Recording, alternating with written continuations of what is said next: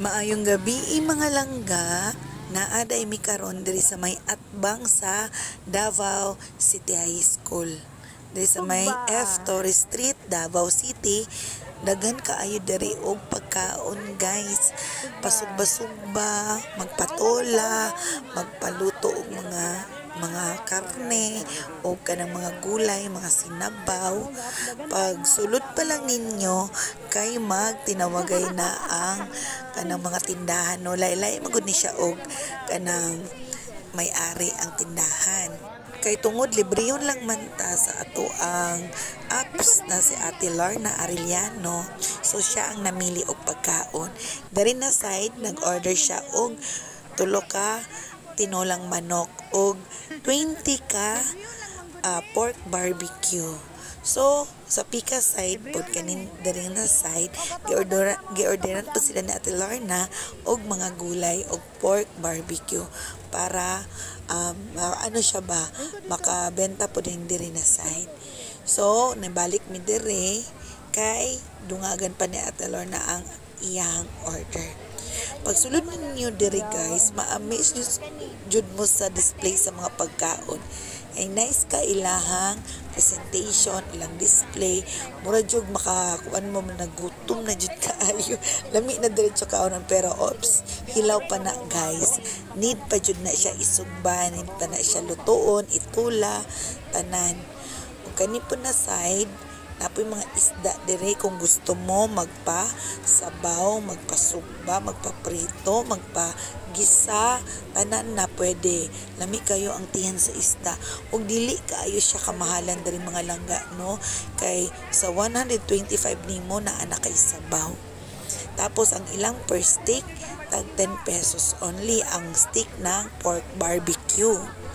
Kadalasan jud nagakaon diri kay mga estudyante sa City High, Davao City High School.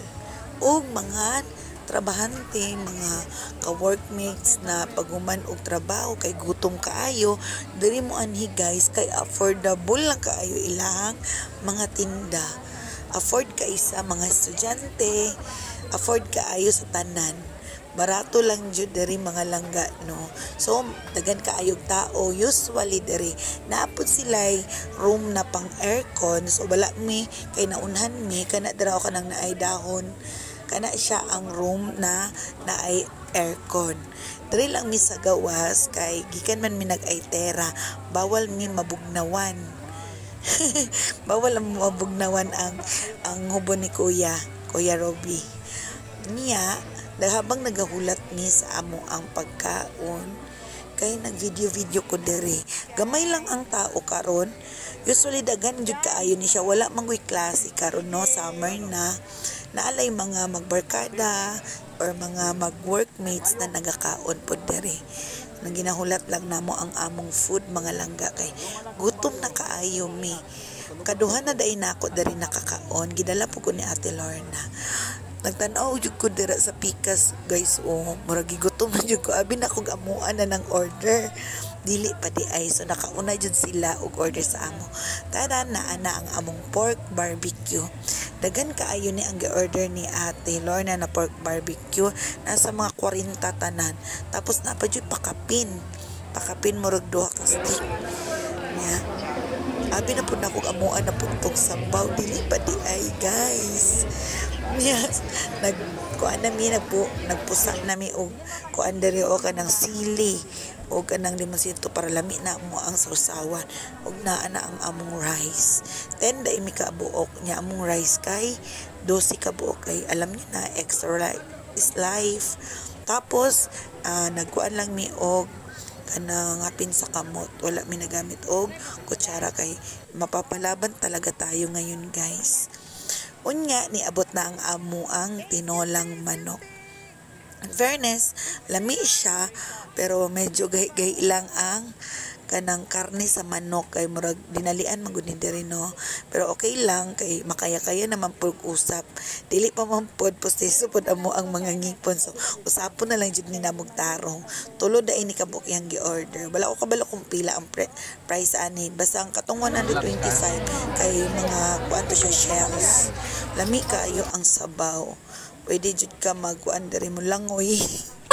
Bagay jud ni nga lugar guys sa mga estudyante, sa mga nagtrabaho nga nagatipid unya gusto mo kaon og barato nya lami pa gyud adto mo diri sa may Atbang sa City High sa may F. Torres Street ng Davao City.